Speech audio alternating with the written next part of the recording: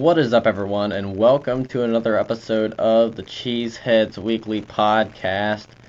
This is episode 92 of the show, and we're coming off of a Packers win.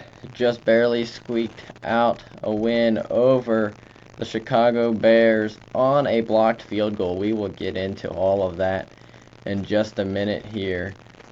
It was quite the game, to be sure, but just would like to say that new episodes of the show come out every week, so you can listen on just about every audio platform there is.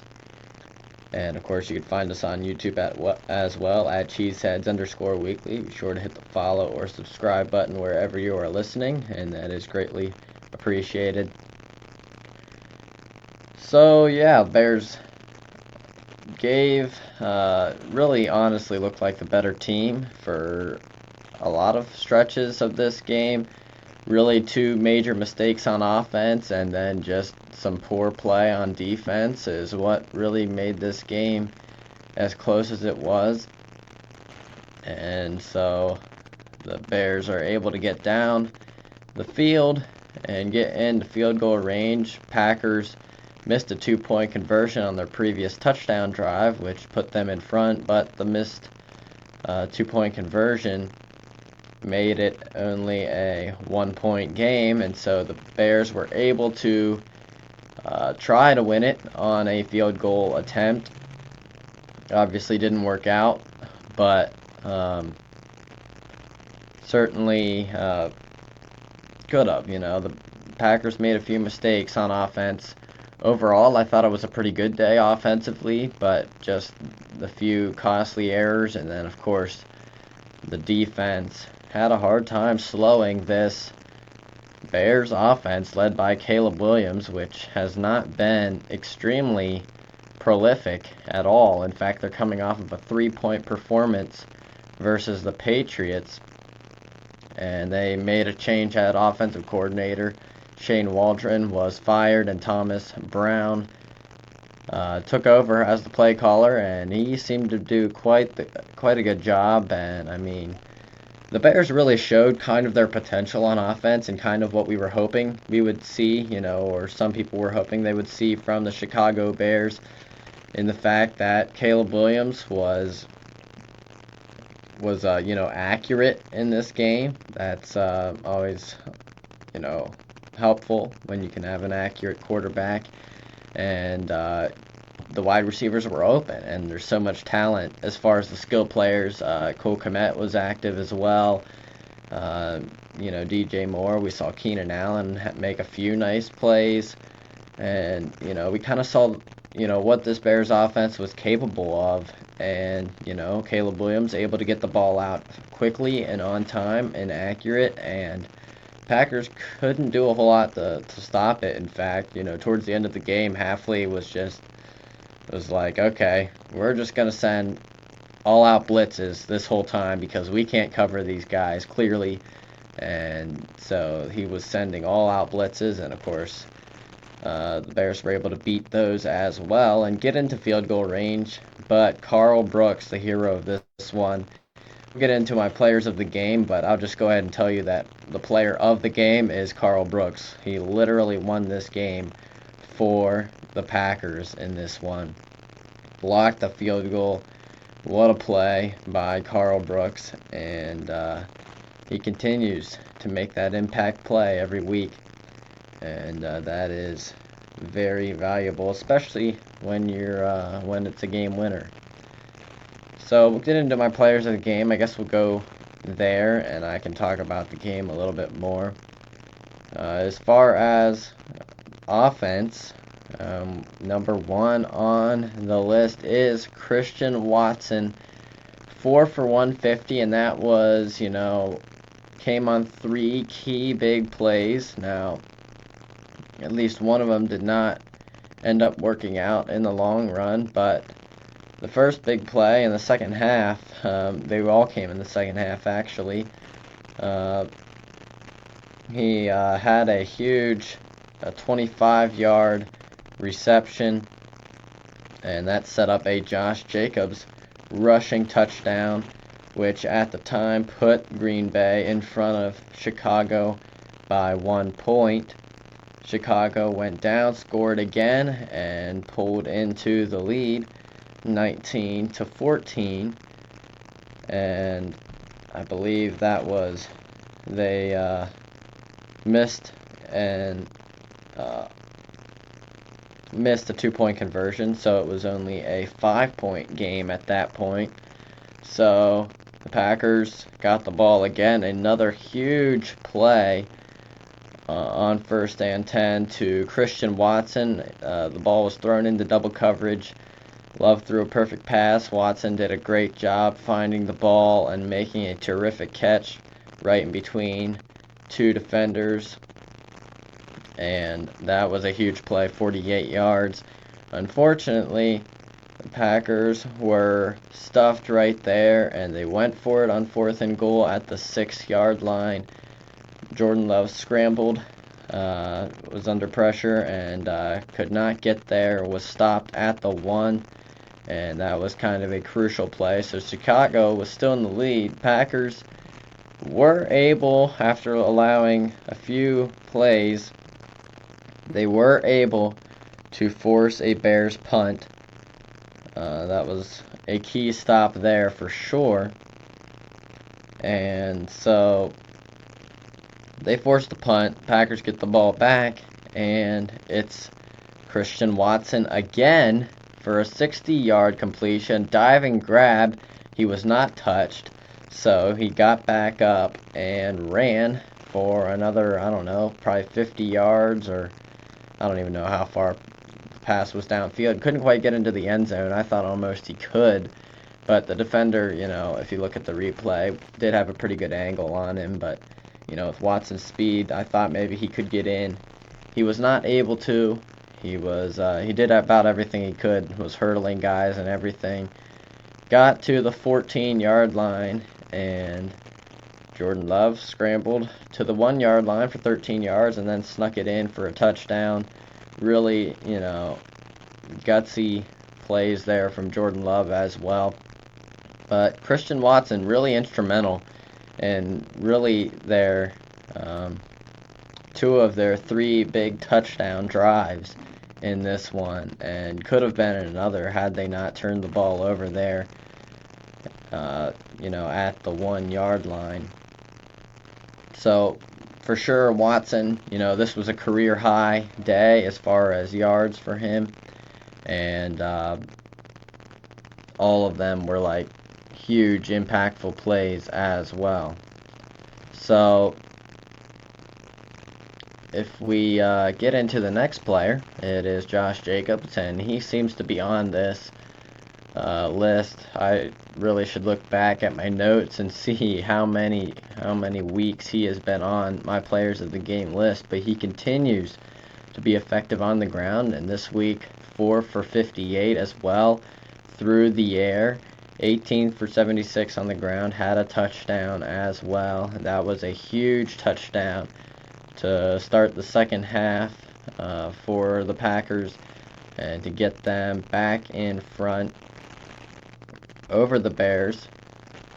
I will mention I did actually watch this game, so in case that validates anything I'm saying here. But yeah, another big, really effective day for Josh Jacobs, and he's really what makes this offense go. We saw Aaron Jones down the stretch last year be really effective, and that really helped the offense get going. Josh Jacobs is doing the exact same thing, and you can expect a big play every now and then from him, and chunk yardage when you need him. He's been great every single time he's been called upon, runs hard between the tackles, and has the burst to make plays as he gets into the second level as well. And then we have Jordan Love. Now, he did throw another interception, extended his streak of interceptions to I don't know how many games now. He might have one in every game, I'm not even sure. But 13 for 17, 261 yards, threw a touchdown, rushed for a touchdown, threw that interception, 80.7 quarterback rating, or QBR, I guess that's not actually exactly what that stands for. 113 passer rating, 4 carries, 18 yards, of course, that rushing touchdown on the sneak. And he looked a lot more mobile. He looked way more healthy out there. Did not have an injury designation coming into this game. And he looked a lot better. Made some plays outside the pocket. And was great under pressure. Really was perfect everywhere except for the interception. And I think this was a really encouraging performance for him. I don't have the completion percentage up here. I will, if you're watching on YouTube, I will look that up here real quick to find that, because it was his, I did see that it was his highest completion percentage of the season, and it was 76.5%. The next highest was 72.7 against the Texans. Yeah, has not had extremely high completion percentages on the season, and that was his best. Also posted a second best passer rating on the year as well. His best was against the Cardinals. So, yeah, he has had interceptions in every single game this year. So, however many games it's been, I guess this was week 11, so that would be their 10th game. Yeah, they are 7-3 after this one. So they got the win. I'll just say it was not an inspiring performance, but they did get the win. On to the defensive players of the game. Carl Brooks is number one. Like I said, he is the player of the game to me. Now, didn't exactly do a ton defensively. More was the special teams, the field goal block. That's what made him the player of the game. So, posted 2 tackles as well. Not just, ho-hum, whatever. But the blocked field goal is really what we're looking at here. I'm not sure what he did defensively. Probably didn't get a ton of snaps. But, yeah, continues to be solid all the way around. And, of course, the blocked field goal helps a little bit as well, especially when, you're winning the game for your team. Number 2 is Rashawn Gary. He's starting to come alive, and that has been great. Had a very impactful sack that came. Now, of course, the Packers couldn't make the stop, or actually, I'm not even sure what happened, if I'm being honest. I believe this was on the field goal drive. He was sacked. Williams was sacked on 1st and 10 by TJ Slayton. He was then sacked by Rashawn Gary, which was huge. But then it was 3rd and 19. The Packers allowed a 16-yard completion to Rome Odunze, which made it 4th and manageable, 4th and 3, and a big play to Rome Odunze again for 22 yards. Got them the first down, and they continued to move the ball. Keenan Allen got a first down. Green Bay took a timeout. It felt like they could not make a stop there at all, even with the 2 sacks. I was like, yes, they're finally getting, pressure on the quarterback, which they had only 1 sack thus far in the day, and then they get 2 in a row. Rashawn Gary, one of them. That was a huge play. Fortunately, the Packers could not hold the Bears there, and, needed the blocked field goal then. But Rashawn Gary, he'd make an impact. He had a tackle for loss, 2 QB hits in this one, 6 tackles. He has been solid and is starting to come alive a little bit. Still could use a little bit more of him and a little more pressure on the quarterback overall, especially considering how bad this Bears O-line had been. Of course, Caleb Williams did a great job in this one, just getting the ball out on time very, very quickly. And so it was hard to have the pass rush get there. And then thirdly here, we got Brenton Cox Jr. taking on a more significant role after the Preston Smith trade. He was on the field a good bit more. At least it looked like it for me. I don't know the exact snap counts, but I saw number 57 out there a fair amount. He had 3 tackles, a sack, 2 tackles for loss, and 2 QB hits. Pretty nice performance there from Brenton Cox, and we're going to continue to need that. Hopefully, he can continue to provide some juice, especially in the pass rush. side of things, because the Packers could use a little bit more of that. And Cox that is his strong suit. He's not great against the run, but he can rush the passer, and so he'll be big. Put him in there on third downs especially, and let him eat. So very encouraging performance there from Brenton Cox. Overall on the game, it was, like I said, a disappointing performance to me, and there's certainly, reason to be, maybe concerned by this one. And, I know, some Packers fans are probably overreacting, this is the Bears. I'll just say I thought the Bears, overall had a pretty nice game plan offensively. Thomas Brown seemed to be pretty good calling plays. Caleb Williams had a much better performance than some of his recent performances, and he has flashed. I think Caleb Williams will eventually turn into a good quarterback. At least I kind of hope so for his sake. Not saying I'm a huge Caleb Williams fan, but it's like, you like to see guys like that succeed. But I'll just put this out there. Are the Packers' inconsistencies concerning yet? They have been inconsistent on both sides of the ball. Offensively, defensively. Of course, you have the interceptions thrown by Jordan Love. Like I said, I think this game was huge for him. He looked really good offensively, and of course, they had that turnover on downs at the 1-yard line, which hurt them like crazy. And then, of course, he had the red zone interception as well. 2 potential scoring drives that were nixed in this one. That's what really made this game close.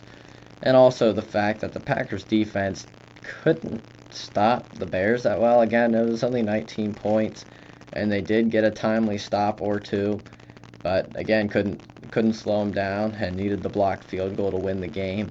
So, I thought the defense was starting to round into form, and then you have this game, and then, the offense was struggling. Now they have a pretty good game. So, really, we just need to see some consistency here moving forward from the Packers overall on both sides of the ball. And so, hopefully, we can see that here in the future.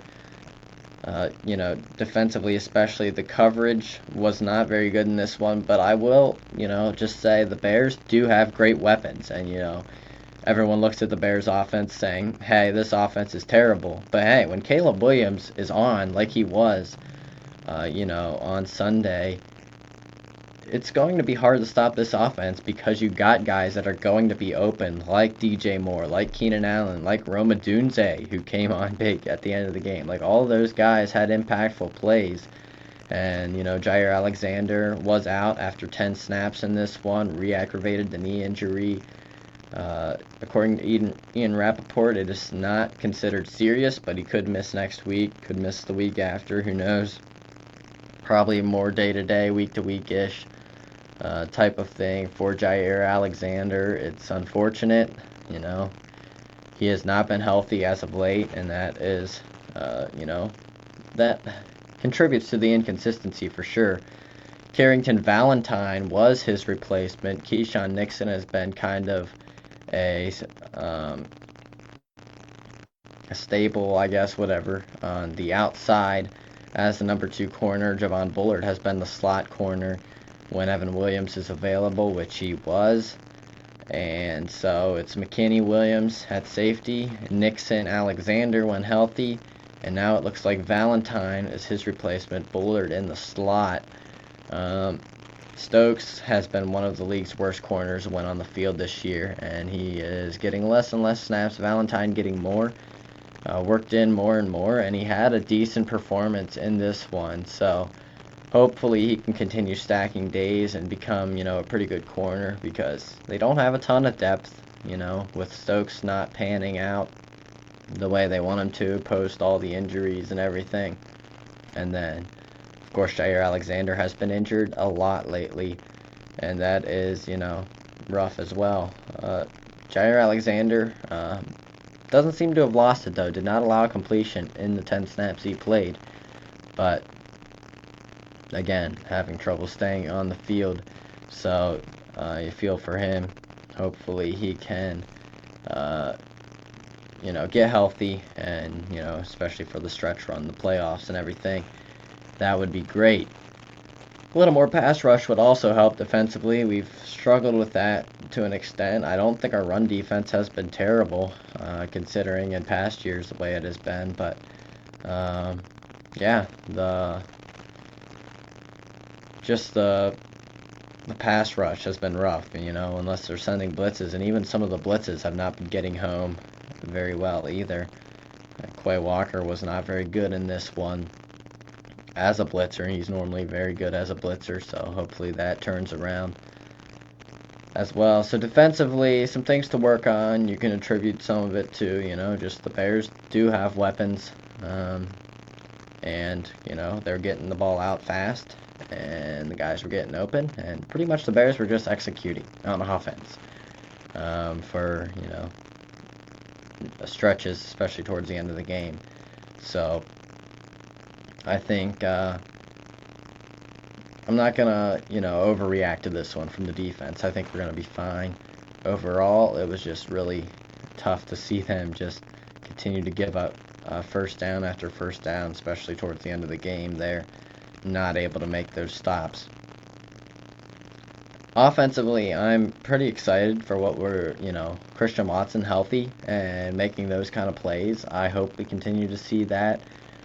We need to get Dontavian Wicks going. He, again, did not have a catch in this one. And so, he struggled with drops on the season. He has been getting open for the most part. So, we'll see. Jaden Reed wasn't much of a factor in the second half and wasn't on the field much in the second half.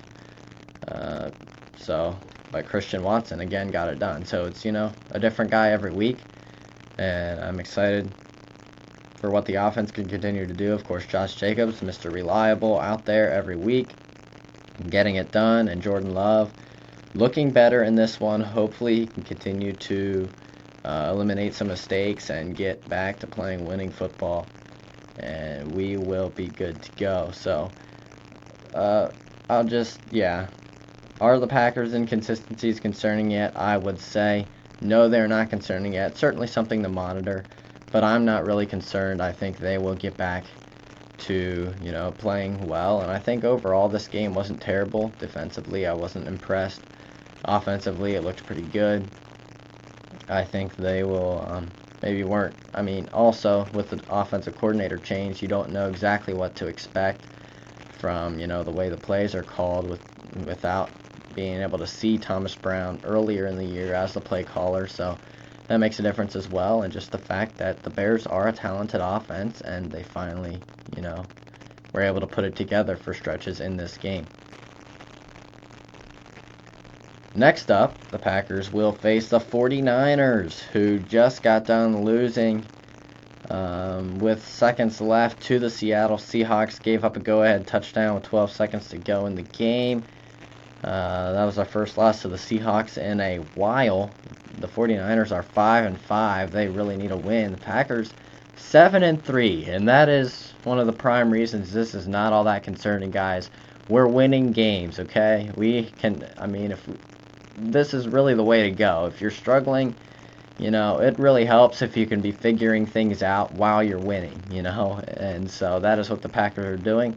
They're in great position for a playoff spot at 7-3. Still in contention for the division at 7-3 as well. If they would have lost this game, that would have been pretty much out the window, but they did win this game. Packers, starting out, are 2.5 home favorites over the 49ers. This game's going to be played at Lambeau, 4:25 Eastern, 3:25 Central, and I believe it's going to be Kevin Burkhardt and Tom Brady as the announcers again. Get to listen to Tom Brady for the third week in a row, or third game in a row. I guess Packers had the bye in there. But I'll just go ahead and say it. I'm not a huge fan of Tom Brady. I was trying to be, give him a little bit of grace, because I've seen, on X and places like that, everyone's just hating on him. And, I've never been a Tom Brady fan at all. In fact, I've been kind of the opposite of that.